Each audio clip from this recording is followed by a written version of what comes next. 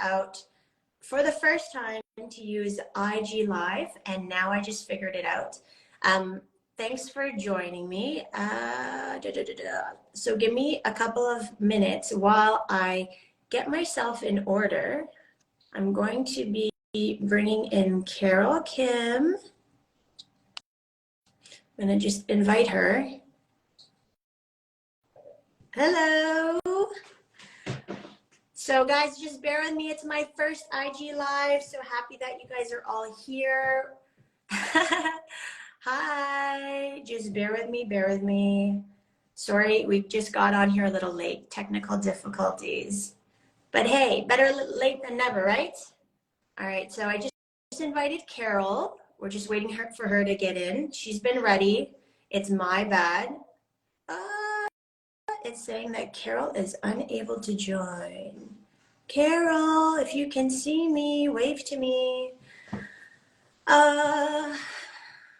So thanks. I see a handful of you guys joining in. This is episode 7 for Fill Your Cup Mama. What are we learning today? Well, we're going to be having Carol Kim, and she's a holistic nutritionist.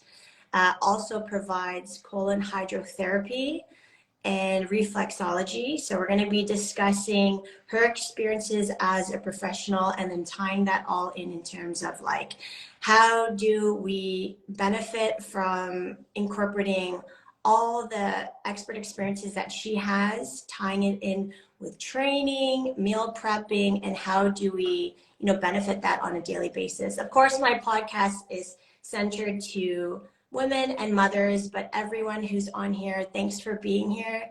Thanks for showing your interest. Wow, we got a whole bunch of you guys joining here. And of course, today I had to get a pimple on my face. So shout out to that pimple on my face. This is live. This is live. There's no filter going on here. We're keeping it real. Okay, I'm going to try to invite Carol back in again. I don't know why Carol's not. Carol, let's try again. All right, guys. Feel free, guys, to write into the comments. Do you guys tell me a little bit about you guys? How do you guys know me? I know there's a lot of you guys here. Oh, I see Carol's here. Carol, I see you've joined in. Okay, give me a second. Let me see if I can get you in. Accept. I think Carol's in. I think Carol's in. So guys, while we're talking here, if you guys have any questions, we're going to do our best to acknowledge it. I'm going to try to keep this first IG live to 30 minutes. If we go to 60, then that's going to be crazy long to try to upload. But we're going to try to keep this, quick, within 30 minutes. But of course, since you guys are here, if you have specific questions to anything that we're talking about, please keep it clean, guys. No negativity, no hate. Carol is here. What's going on? I have accepted. Carol, are you there? But for some reason, Carol cannot get in here. What's happening? Carol, I see you. Yep. Okay, here we go. We're bringing Carol in. Carol, I think, is coming in. Things are a little frozen. Carol! Hi! Some technical difficulties. Oh my goodness. Oh my gosh. You know what was happening, Carol? So we actually got a bunch of people that had joined. So let's just wave to everyone. Hi everyone. This is Carol Kim, my fellow Canadian Korean gal. Hi. Right. I know. Okay. So I was just saying to everyone, thanks so much for joining in. My apologies for the late login, because I was literally clicking on log in, and then I was putting a filter, but I didn't realize that I wasn't live. So I'm just sitting there talking to myself, and then I realized, oh my gosh, I have to actually click the button to join live. So anyways, everyone who's here, thanks so much for joining with us. This is the 7th episode for my podcast, Fill Your Cup Mama. And we are here with the beautiful, amazing Carol Kim. Hi. Yay. Oh, wait for me. And this is both of our first IG live. So yeah. I wouldn't rather have anyone else but you doing this with me. And thank you for the Yeah. invite. And Happy I to do this know, with you too. I know. It's actually fun. So, guys, here's a little bit of a background with Carol. Carol and I met, I think you said it's been almost 20 years, right? Yeah. Okay, so a little backstory on Carol is when I was first teaching yoga and I was a personal trainer at Extreme Fitness. If anyone is in our chat and you guys know us, know me from Extreme Fitness days, like, you know, type something in because I'd love to know like who's watching us right now and joining our chat. But at one of the locations that I was teaching yoga, it was at the Bloor location, right? Yeah. So this was like you said, like 17 to 20 years, not to give away our age. Well, I've already Yeah. said I I'm know. 39. I'm proud and 39. But so I was teaching yoga there, and that was the first time that we officially met when I was teaching at Bloor. Yeah, I remember you were so cool. I thought you were so cool. And it was a new Well, experience going to yoga, and it was I don't know, you made it very accessible, but like a lot of future goals because you taught for all levels. I was obviously very beginner. I feel like I'm still very much a beginner, but yeah, you were able to show off some moves, and I was like, wow, like that's, you know, future goals, but I still had like the stuff that I could do. And it was very a nice community. Like I loved going there. And then followed yeah, and like your career for the last almost 20 years, and it changed so much from when you were teaching yoga at Extreme Fitness to everything else that you've done I know. since then up till now. And So that's like honestly, Carol, I really appreciate that about you, that you've stuck through it. I know there's a lot of you guys out there as well who's been like who have been with me throughout this growing process, like me professionally as a fitness professional, but like even for me as I've evolved, you know, in throughout my life, not just professionally, but in my personal life. Before I was a mother, before I even got married, like you knew me before I was even married, I was just starting off teaching yoga. And like, I mean, it's really cool to know that you've been, you know, still supporting me all these years, like following me on my social media and like even caring to even like know what's like on my mind and staying current after all these years. And then one day you reached out to me. So tell everyone about finally, that. yeah. So after almost 20 years of following you on social media, because you weren't teaching yoga anymore in Toronto, Mhm. and that was a long time ago. But I don't know. It was like one of those days that it just like finally clicked. I saw one of your posts, and you were doing online personal training, and I was like, you know what? Today is the day that I'm going to invest in like movement, because Right. like for me, and especially in this past year, I would say, even though I've been in holistic healthcare for a long time now, like it's been part of my career and journey for over 10 years. Mhm. Movement, so like actual strength training and stuff, was like not a part of it. I'm just like not someone who loves to move. I like to rest. I'm very like I'm very happy just sitting with a book, more than I would be like I need to go run around and jump on things and get my Jump on energy out that things. way. I don't know. Like I'm imagining people who do sports stuff and like Yeah. doing things like that. But that's like not in my natural nature to like Yeah. want to do that. So over the past 10 years, has my lifestyle has changed a lot, Right. where I'm not naturally moving around a lot. Like when I lived in Toronto and I was working in restaurants and I was commuting by walking everywhere and cycling everywhere. I just naturally and dancing till like 4 in the morning. Like I just naturally Oh, had like a lot of just like movement in my life. Yeah, exactly. like, do you remember back in those days? Like, I always talk to my husband about this. Like, remember those days when it was like 10 p.m. and you are just getting ready to go out to like Yeah. hit the clubs? Now I'm It like feels 10 o'clock. I'm already, after I put my yeah. daughter to bed, it's out. Like, game over by 8 p.m. I'm happy if I've got like my tea and I'm like getting snuggly. That's like what I want at 10 p.m. Like the idea of being out, like, and I never thought this was gonna happen. I heard that this would happen when you got older, and now like in my 40s, I'm like, I see this. Like I see that this is like nice to like stay in. But yeah, so like now I just really have to make it a priority Yeah. to actually incorporate physical movement into my life, because it's not just happening naturally. If I don't make time for it, it's not going to happen. And for me, the movement and the exercise that I want to do, very much the priority is longevity and function. Of course, the physique, it would be an added bonus, but the real driver in it is like, and even in the work that I'm doing, working with people of all ages, like whether it's people in their teens and 20s, 30s, to people who are in their 70s and 80s, and even in their 90s, and just seeing how the way that you live your life, it like it will affect your quality of life. Right. So that not everything is just about like how you were born into this world and like what my genetics are, but also like the choices that I make and how that can affect like my movement, my strength, my mood even. So like that's such a game changer to see how two people that are the same age, so two people who are both 40, will look very different. Their health can look very different. Yeah, well, like that's really good as a segue as we talk about this. Like for the people who don't know you, like I know you have some of your followers on here, my followers on here, and we're like merging our worlds together. So talk a little bit about that. Like what is your backstory? I know we're going to talk about your personal stuff and then we'll give some advice to people as well. So how did you get into holistic nutrition? How did you get into doing colon hydrotherapy and reflexology? Because I know your clinic, you opened up a new location in Barrie.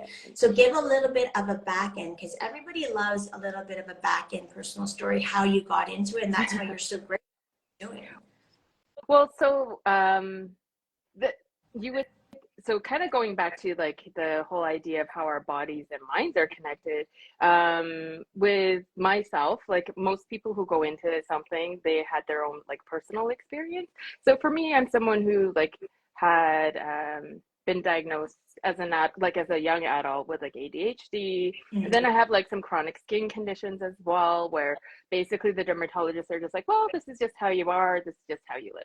Right? There's no treatments for it. They're just like chronic, right? So just being given prescriptions for things like steroids or like ADHD medications and like antidepressants and stuff like that, not necessarily noticing that it made the big shift for me, right? So it like the medication on its own, I don't know. It was, I can talk about that as a whole other side piece. Yeah. But what happened was I accidentally, for a few months, like I had spent more time at home with my parents and started eating my mom's home cooking. So it was like Korean food, whole foods, a lot of fermented foods, a lot of bibimbap and miyoko, just like seaweed soup for people who don't know what that is.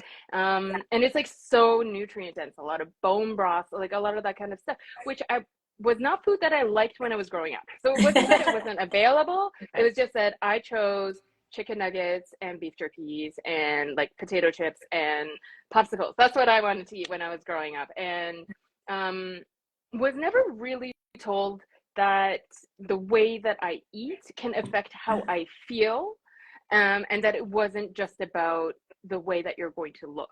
Like I feel like growing up in the 90s, like a lot of it was very much, and I guess it cycles, but like that whole, like the skinny culture of like, you just don't want to gain weight and that's why you want to eat a certain way. But it was never, you want to wake up feeling a certain way, that food can actually change your mood, that eating poorly can make you feel bloated, that it can make you feel tired and sluggish. A lot of my ADHD symptoms were probably exaggerated by the food that I ate.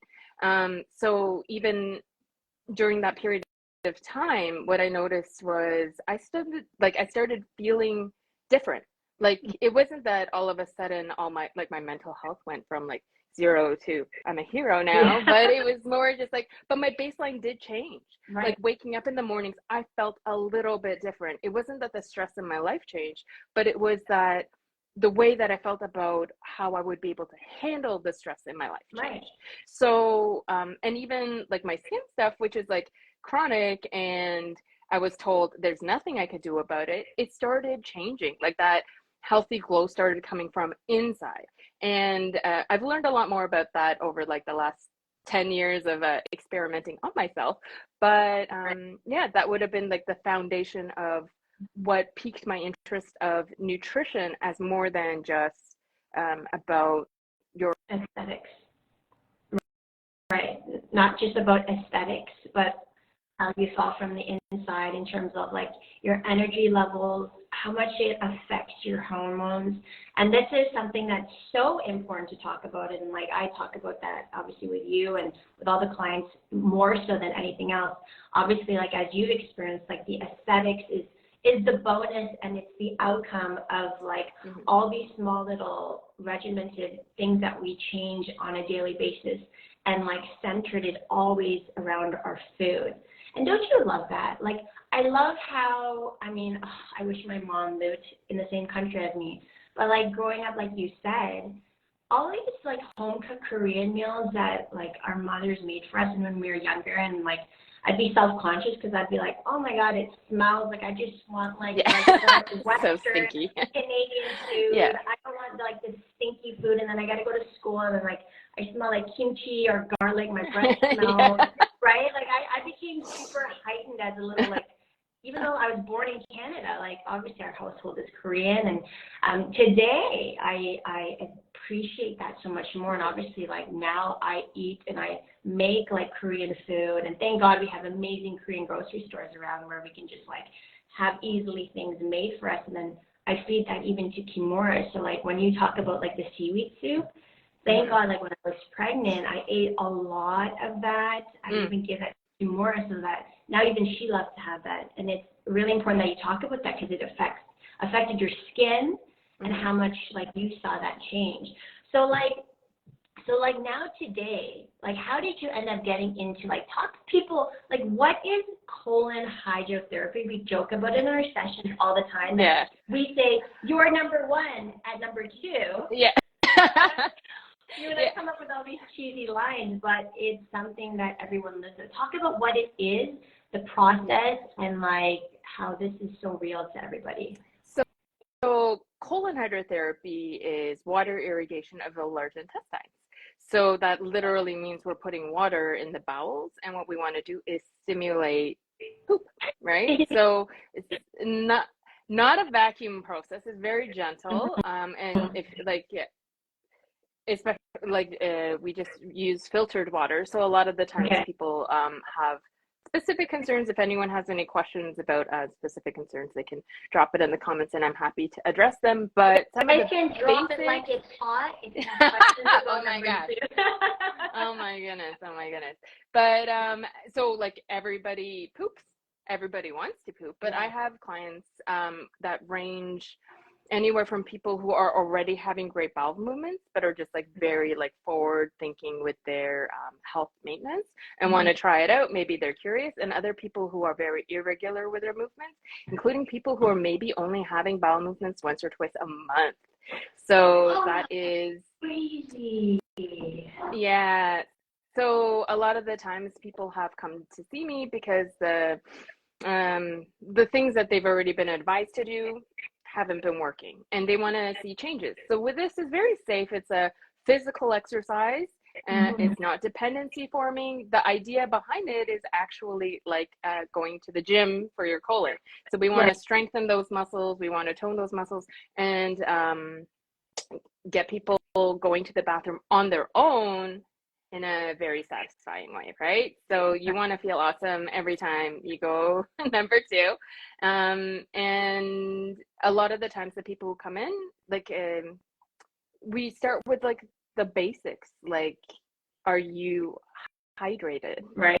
Because if you're not hydrated, and if you're not eating food that agrees with your body, then those are a couple of areas that are like so simple, but not everyone like prioritizes that. It doesn't realize that those things actually are connected with how you're going to feel and how you're going to go to the bathroom. We just kind of take for granted that our body is just going to do what it's supposed to do as long as we feel full at points in time, right? But it has to be the right thing And yeah, so how I got into the colonics with nutrition was just the fact that sometimes we can make those good food changes and we don't get to benefit from it fast enough, because if you're not eliminating properly, then you might make good changes and feel worse. I have people come in and they're like, I made these changes, but now I feel more bloated, and I like there's all this stuff that has changed. Does not feel good. I was better off eating Big Macs. Like I feel like I felt better then. And it's like, oh no, like that's not the answer, but I know like maybe we can work on why you feel that way and then make small changes like that. Yeah. So obviously keeping client confidentiality. Give me an example of like a common type of client that would come in. I know you're dealing with like all different types of age groups, but give me an example of someone, because maybe someone's watching this and they've never ever thought to approach, never even heard of this, and might be like have a eureka moment and like, geez, like I need to reach out to Carol and see like how this can actually help me on a really, really grand scale. Well, since this is for like the mom podcast, I will gear it maybe towards some of the moms who have come through my space. Right.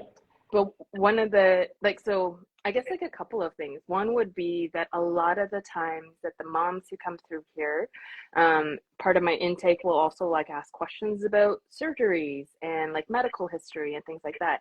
And a lot of moms don't even click that the birthing experience is a major physical experience. And moms who have had C-sections, that's surgery. That's an abdominal surgery. And women who have had partial or full hysterectomies, also like major surgeries. And it changes the terrain of how things are sitting inside our body. So even looking at the pelvic floor. So if all of a sudden they're struggling more, then and they've never addressed those issues, whether it's whether they needed like massage therapy or like pelvic floor like rehabilitation, like with oh my gosh, what are they called? Like a physio, like a pelvic floor physio, or getting the C-section. An osteo. Exactly. Though, even if it's years later, like see an osteo, see someone who might be able to help you with how your organs are sitting, how the scar tissue is in there, because it might be affecting the function and movement of your colon. And so that's like a literal physical thing where a lot of the women who come through, they don't even count birth as part of their medical history. I'm like, oh my goodness, like, but what is this scar going across your abdomen? They're like, oh, well, I had C-sections. It's like, that's surgery, you know? And like it's like so like it's like such a like, oh yeah, of course, like it happened, that I feel like a lot of times the moms that come through might like neglect their own health in that way. Like they don't even count it as like a major thing that happened. It's funny, sorry to interrupt, but it's funny because you and I spoke about that, and obviously I had a C-section. It was unexpected, but like even still to this day, like if I think about if I've had any major surgery, it would never be like something I would tie in that my C-section is major surgery, even though it's like a massive stitch up at my lower abdomen. And so it's really great that you're talking about this stuff. So that would be one. The other thing would be, especially with moms, and I'm sure with parents, but with the moms who come through, not making the time to eat. So I had a client before who came through, and she was really struggling. She's very constipated. She was coming through and wanted to try using the colonics to help with movement. And so as we did the food intake portion, I'm just like, looking at lifestyle and stuff. I think she had like three under three, right? Three kids under the age of 3. So she was a busy woman. She only drank black coffee all day and ate toast. So that was how she fueled up. And then was surprised that her body was not functioning the way that she expected it to. And so one of the things that we talked about, and like I asked her, like, well, you like prep food for your kids, right? And she's like, well, of course I do. I'm like, yeah, but like you need to eat too. I was like, you're around food and you're making sure your kids are nourished, but then you just like eat scraps of toast. And I was like, and you're drinking coffee. The reason why you're not feeling hungry is because you're just running on adrenaline. The caffeine suppresses your appetite. I was like, you saying that you're not hungry, so that's not why you're not eating during the day, isn't because your body doesn't actually need fuel during the day. You absolutely do, but you've turned off those signals to such a point that like she doesn't even need to go to the bathroom anymore. She just knows by the end of the week, and now months later, that she's feeling worse and worse and worse, more and more tired, and it has not even made the connection that she needs to fuel herself up. Like that hasn't been something that even occurs to her. She's so busy taking care of everyone else. Yeah, and that this is such an important topic because mothers specifically, that, as you know, we talk about this, like busy working women and just anyone in general. It's when you get into like a routine where you have been surviving in that mode of like a lot of coffee, minimal amounts of nutrition throughout the day, but that's how you've been functioning. And then you get to a point where you're like, one day you look at yourself or you feel, or you start having like health issues, and then that's when you're like forced to have to look at yourself. And that's why I like talking about this stuff, because it's like, let's prevent from that happening. And just like you said, it's like that part of our body and our brain has shut off. It's adjusted to that. That's like normal. It doesn't necessarily mean that it's good for you. So then when you start to like have to reset your brain and your body, and like a lot of people we talk about is like,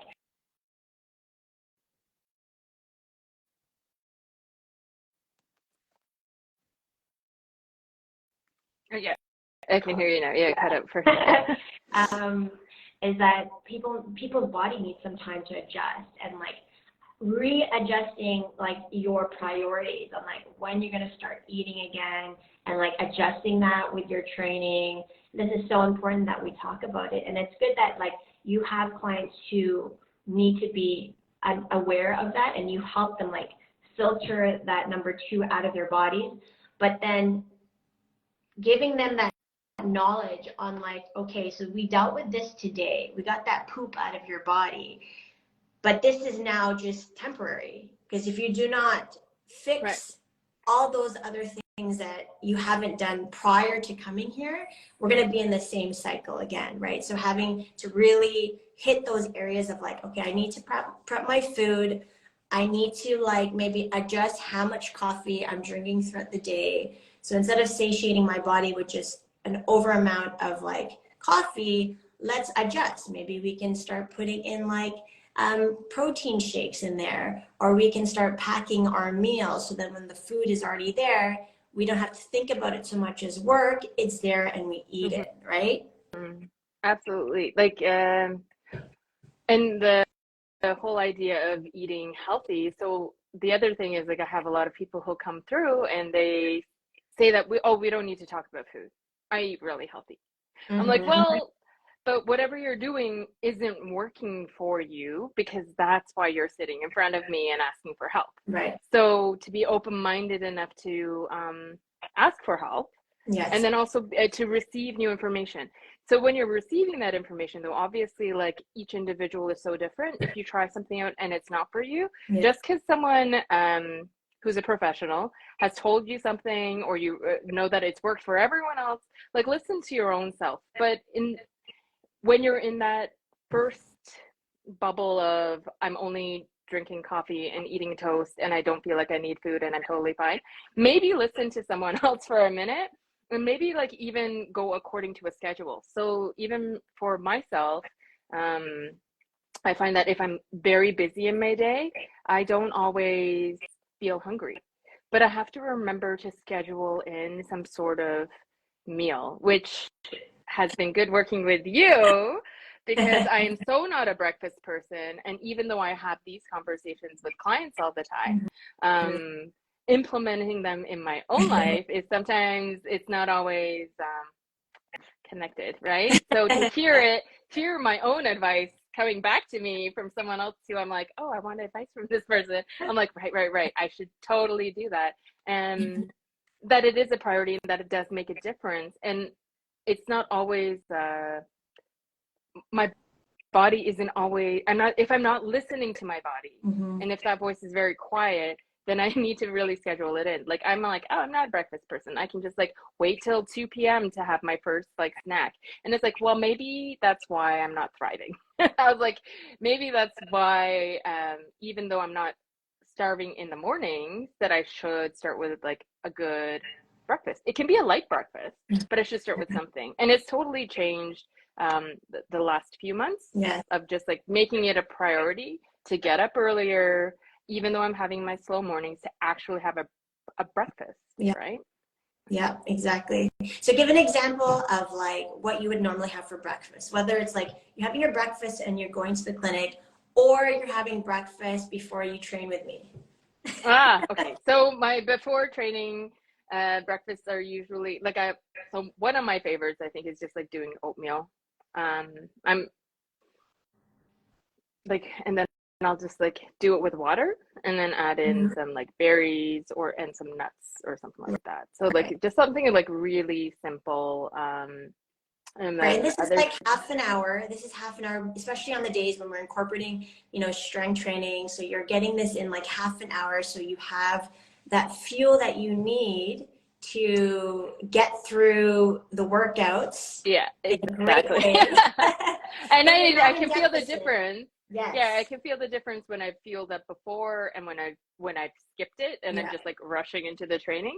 Yeah. Also I love chia puddings in the morning, so I'll do like a little chia cereal. Yeah, I would say that those are like usually my favorites. Sometimes I'll do a smoothie, but a lot of the times that's like I just like something warm. So Yeah. like if I just start with something warm in the mornings, um, although both meals you could have cold, right? Depending on what you wanted to do. And then I usually will have something like eggs or maybe my leftovers from dinner Yes. after, because then there'll be like some protein or something ready. But I'll be very boring. Like for me, it's sort of very, meals can be very functional. Not a good cook. So anything from just like doing like soft boiled eggs and having Yeah. enough of them for a couple of days and just, or like 2 3 days and just doing them early on and then peeling them and having them in the fridge, very boring. um I do it but also all the functional. time. Yeah. Very I do it functional though. all the time. And exactly. And just by doing that, like now that you have set routines with me, like whether it's once or twice in the week, you know that you're like, okay, I'm here to keep you accountable. You got to wake up at a certain time. You get your coffee, you have your pre-workout meal, which is like solids. And then we train, and then you have your protein and your meals or your fats after. Mhm. And then you've already had like two really great meals and you're ready for the day. So your brain function and then your whole physical and emotional energy is like a whole other person than it was like prior to when we first started training together. Like I see your energy are Yeah. very different in a Yeah. great way. Like the best Yeah. parts of No. you, Yeah. you're still the same amazing person, but the best parts of you have now come out. And especially because like we're in a service industry where we are giving energy and receiving energy from people, that you have to like, you are now fueling yourself, and as a result you come to your clients just like with so much more positive energy and like a more leveled mindset because you've been feeding yourself in every single way in the best way possible. Yeah. Yeah. Absolutely. Well, that would be one. That was one of the reasons why I really wanted to sign up with you for training, is like a mindset shift, Yeah. because I'm always telling, like, I guess, like taking my own advice. Like I say, invest in your health. So this is an area where if I was going to just start working out on my own, I would have, Mhm. I would have done it by now.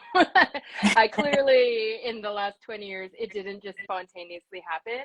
I didn't just wake up one day and I'm like, I love working out. That's like never, that's just hasn't been me. Not I a keep thinking natural that thing for you.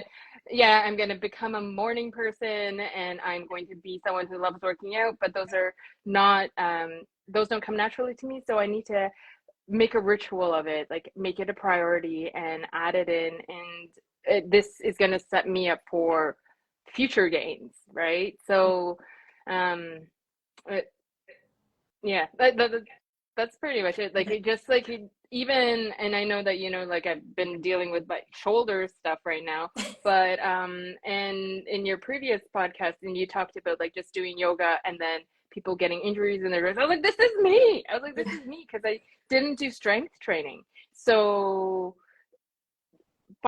finding that missing component and actually investing and prioritizing that, right? So for myself too, it was like, I need to live the life that I want to encourage other people to live. Yeah. And honestly, in the work that I'm doing, it's so fabulous when I see people who were struggling with their health, struggling with their bowel movements, like be so excited because they're having their own poop on their by themselves, and then they feel so good. And they feel so good. I'm just like, yeah, like it's like a little celebration, because it's like, oh my God, you had a good week. Like you're going to the bathroom and I went number 2. yeah, Talking to your exactly. toddler and potty training. But it's like the small shifts. So like just to like maybe give some like a few takeaways for some of your listeners. Yeah. One of the first things I'll tell people besides like hydration is being mindful when you eat. So like even more than what you're eating, I say how you're eating can really affect your digestion. So where's your mind at? Are you racing around? Are you shoveling that food in your mouth? You're not even chewing. I see everything that comes out of the tube, okay? So I know when people have not chewed their food, okay? Oh, And but it is one of those things. I'm like, if I can identify not only the object, but the way that it was cut, like, then I'm like, you definitely did it. If somebody ate corn, because it comes out the same way that it goes in. Well, like, corn is not so much. It's more like when I see, like, if I can tell you what kind of mushroom you had and whether it was sliced or diced, then that is like a problem. Yeah, that's a problem. I was like, the problem is like you were eating too fast. So Wait. Hold on a second. Okay, so wait. Okay. You're injecting filtered water in the client's rear ends, correct? Yeah. Okay. And then I remember this because like not like that, but when I was a little kid, I remember my mom used to put like, they're called enemas. What are they called again? Yeah. Okay. Like at home, you probably do it. Yes. Okay. So then within that time, and then they have to go to the washroom. How do you see? How do you see what's so there? I don't like that. So with colon hydrotherapy, you just lay on the bed. Okay. You don't have to move anywhere. There's 2 hoses. So there's one speculum that goes in, but there's 2 hoses that are attached to it. So there's a clean water hose that's always just filtering in that clean water. Yes. And then there's an exit hose that's bigger, and that's where the wastewater, gas, mucosal plaque, anything else that's interesting will float on by. And so where does that go? Where does that go into? It's plumbing, so it's like being flushed down a toilet, but so everything is in the tubes. And for everyone who's like logging in now, they're like, what are they talking about? But yeah, so like happy lunch break, right? Everybody. If you're joining, chew slowly. Yeah, exactly. Chew your food slowly. So, but one of the things that I will tell people is like when you're rushing around like that, we need to be in that ingest, digest mind frame for our body to be able to break things down, right? Okay. So to slow down, even doing breathing exercises for just like 1 minute. Like we can spare 1 minute to just like take a second and just breathe in and out, like whether it's like box breathing, like like when you do like the circular breathing of inhale for 4, hold for 4, right? And then exhale for 4 seconds and then hold for 4 seconds and then like to do that again, right? So just do like 3-4 rounds of that. And because would you say that when someone can relax in like a chronic state of stress, how that also affects how often they go poop? Well, because it will, there's so many other reasons too, but like part of the cascade effect is also like if you're in that state, you're not going to be producing the digestive enzymes that you would if you were in a more relaxed state, if you were more slowed down. I always say it's like if you're cooking a turkey and you want to like warm up the oven, right? Like you want to be ready to eat that meal. If you just like throw that turkey into a cold oven, it's not going to cook the same way as if you put it in a prepped oven, right? So in that same way, we need to like prep ourselves for our meals. And I do understand that like we are like, a lot of people are on the go. So like, what kind of things can you do to like manage our life and also still like for it to be very functional? So one of the things is, yeah, like maybe do a breathing exercise just for a couple seconds, right? Like slow down, look at the food that you're eating, and don't have distracted eating. It's so easy to be scrolling on our phone at the same time, or just to like shovel it in while we're like driving, right? But to know that everything that we do, like there's consequences. If you're saving time here, you're going to pay for it somewhere else. So whether that's going to be with like bloating and indigestion and like irregular bowel movements, you eventually have to pay the price somewhere. So if Yeah. you're going to be doing something speedy now, that means later you're going to have to pay that price. Like there's no shortcuts in life. And so this would be one of those things where it's like you can't rush it. Like there might be a number of years maybe that you can. Like my digestive system was definitely very different when I was a teenager and in my 20s than it is now in my 40s. But I would also say that in some ways I'm much healthier now than I was 20 years ago. Right. Like when I was like first, like even getting into any of this stuff, right? So Yeah. slow You're more down. I would say, yeah. So I would say like even, so again, like, so even more than what you eat, how you eat is so important. like to be And then like, present, mhm. enjoy the flavors and the textures, like be in that moment and like really enjoy like that process of even just sitting down. That part I agree. I Yeah, agree. and then a lot of the times you'll find just from changing how you eat, even before we make changes in your meal plan, that you will notice a difference. A lot of the times people will be less gassy. They won't overeat if that's one of the things that is like happening. Because sometimes like when you're so hungry and ravenous, you'll just like you'll inhale that food before you Yeah. even had a chance to enjoy it. And I even say like with snacks and like more indulgent, like things that you might not make as a meal. So if I'm going to have ice cream or something, eat it slowly, like enjoy your snack, because if you have it distracted, it's going to be gone in 2 seconds. And like, did you even enjoy it? Did you even, like, maybe you'll go back for another bowl because you'd be like, oh, well, that wasn't very satisfying. And then Right. after like maybe your second bowl, you're gonna be like, now that was too much, right? Whereas Yeah. if you had just enjoyed that first bowl in the first place, Yeah. like you would have had it all, Yeah. right? Can we start talking about, because I know that, something that you spoke about is that personally you struggled like with ADHD and anxiety. Can we talk a little bit about that? Because I know that this is a common topic, like for a lot of people, specifically even with children, then, it kind of goes on to adolescence and as an adult. But can you talk about like certain foods that maybe you would recommend and foods that you should avoid? Like, for example, we talk about nowadays how in a lot of like kids' junk foods, there's like that red dye 40 that like exacerbates like hyperactivity, which is like something parents should avoid and everyone should try to avoid to even ingest, because it can lead to like hyperactivity, like lead to like ADHD like characteristics in your children. So if you can talk a little bit about that, like specific foods that like that work well for you, and then foods that you should avoid, that you recommend. So hot topic for sure. So one of the things that I would say is like trying to eat as like whole foods as possible. And what I mean by that is just like I mean, it's hard because like part of that is like it's also a privilege to be able to have the time to get these like whole groceries and to be able to prep all this food. But as well as possible, it can be simple things. But that is going to be your best bet, right? Also knowing that each individual different things are going to be the major drivers, right?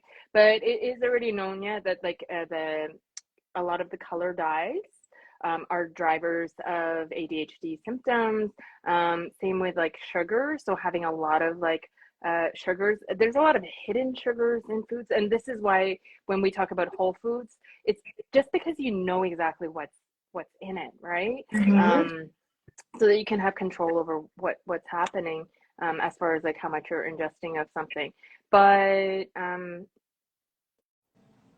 having yeah, like well-rounded meals, as many vegetables as the kids will want to eat, but having like a good whole grains as well. Mhm. It's hard. I know that some people struggle with their kids being very picky eaters. I was one of them. I mean, I wish I could go back and tell my parents, like, don't listen to me. I was just a brat. Yeah.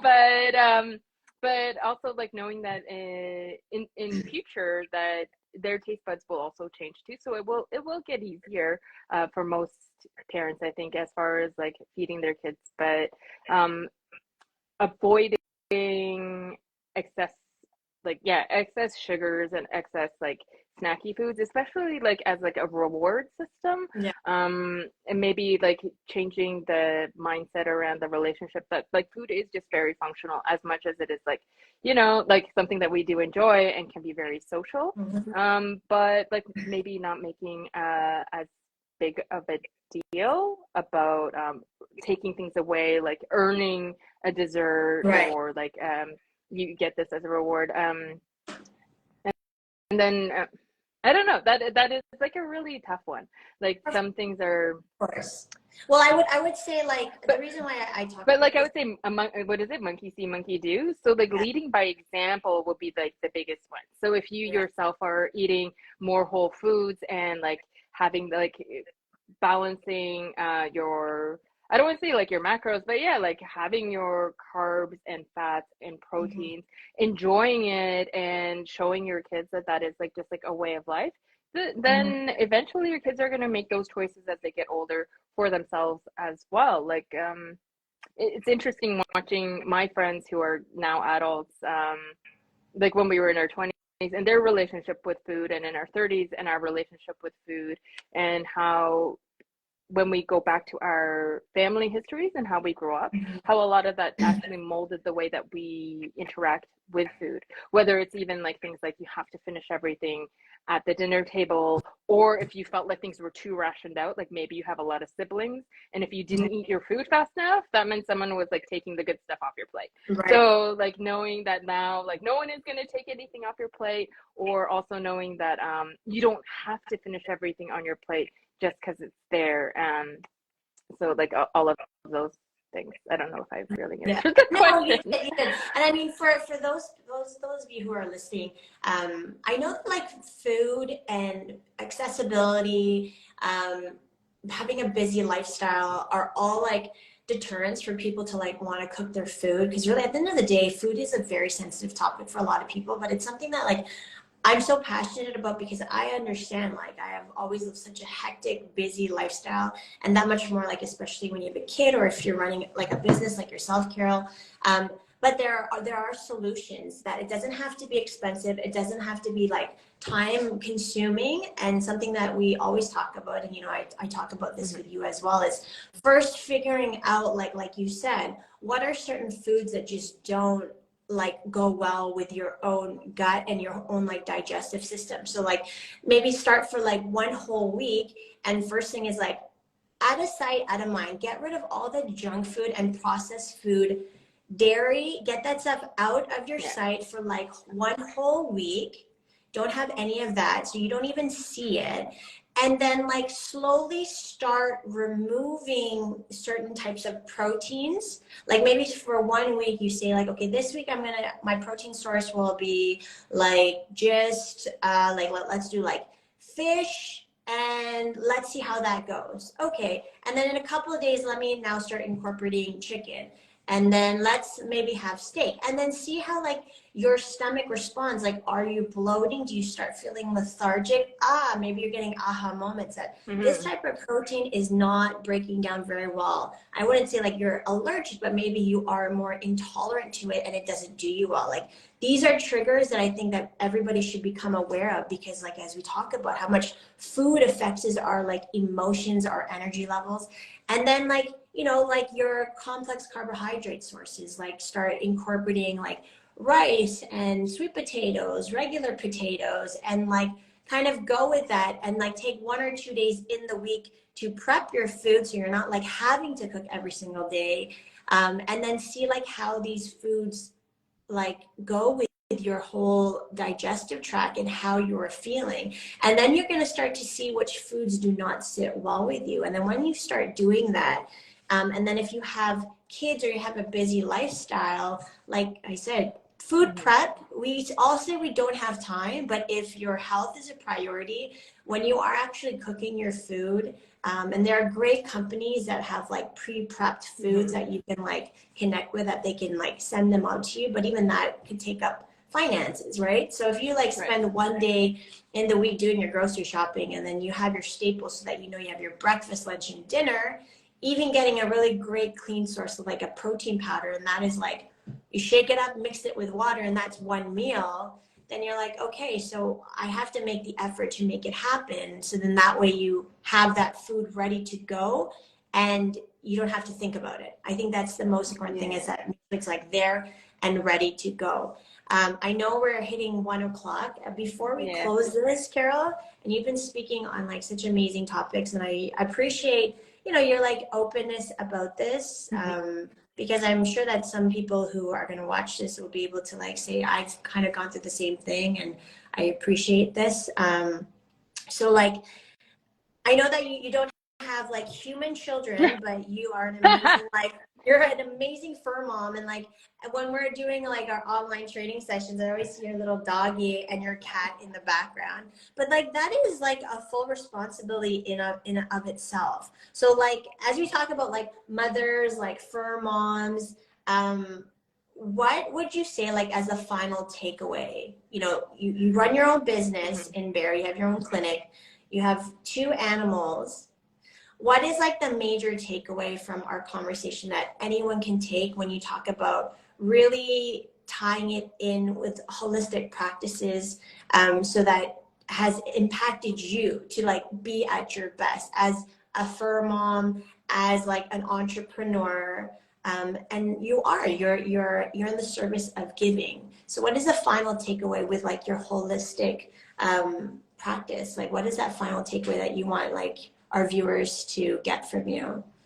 I would say like to just show up Mm. for yourself as you are, with whatever you have to give in that moment. It doesn't have to look perfect. It's like when we're doing when I'm doing my push-ups, and you're like, even if it's ugly, just do it. And so in that way, like, we're not going to be 100%. And the idea of this like perfect meal, or this perfect body, or this perfect poo, like, it's not necessarily like, it's not like, to let go of those ideas and just do the best that we can, and then be really gentle with ourselves. I think sometimes like we have this idea of like, if we don't get this 100, then it's a fail. There's only like perfect, or everything else is a fail. And I think so many people are just like so hard on themselves. So the more like gentle we are with ourselves, and then to show up anyway, that would be like the message that I would definitely have for anyone who's listening. That's just amazing. That's amazing. And that is the best thing that you could say, is that having a holistic lifestyle in the way of trying to be the best versions of ourselves does not mean that we have to always feel our best. And like you said, food doesn't have to look perfect.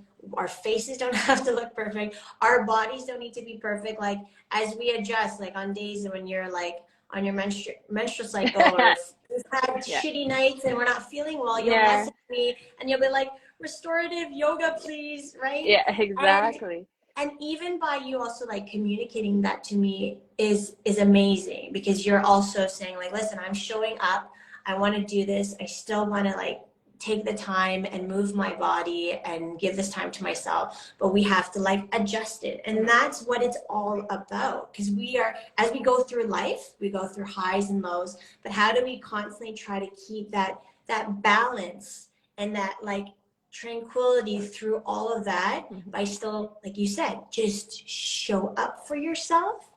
And tomorrow's going to be a new day, because you're going to seize every moment that you can possibly can with what I'm dealing with today, and make it the best. And then tomorrow I'm going to deal with tomorrow. So that's beautiful, Carol. Okay. Well, it's so nice chatting with you. Yeah.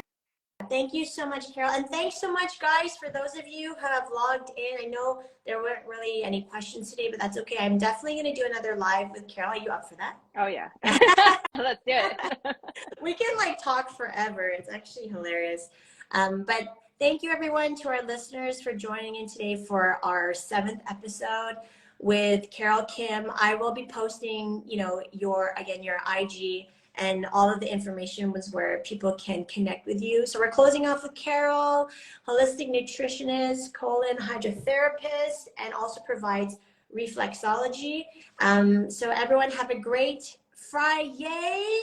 Woohoo! And here's to continuing to keep our head at the best place we possibly can, stay positive, and really just keep showing up for yourself, for your health and your mental wellness. So we're going to sign off. Let's see if I can know how to do this. Let's see. All right. Bye. Is this ending? How do we close? Okay. How do we close off? That's the biggest thing. Well, I'm going to leave. Okay. So bye. So we're going to leave, and then we're going to try to close this.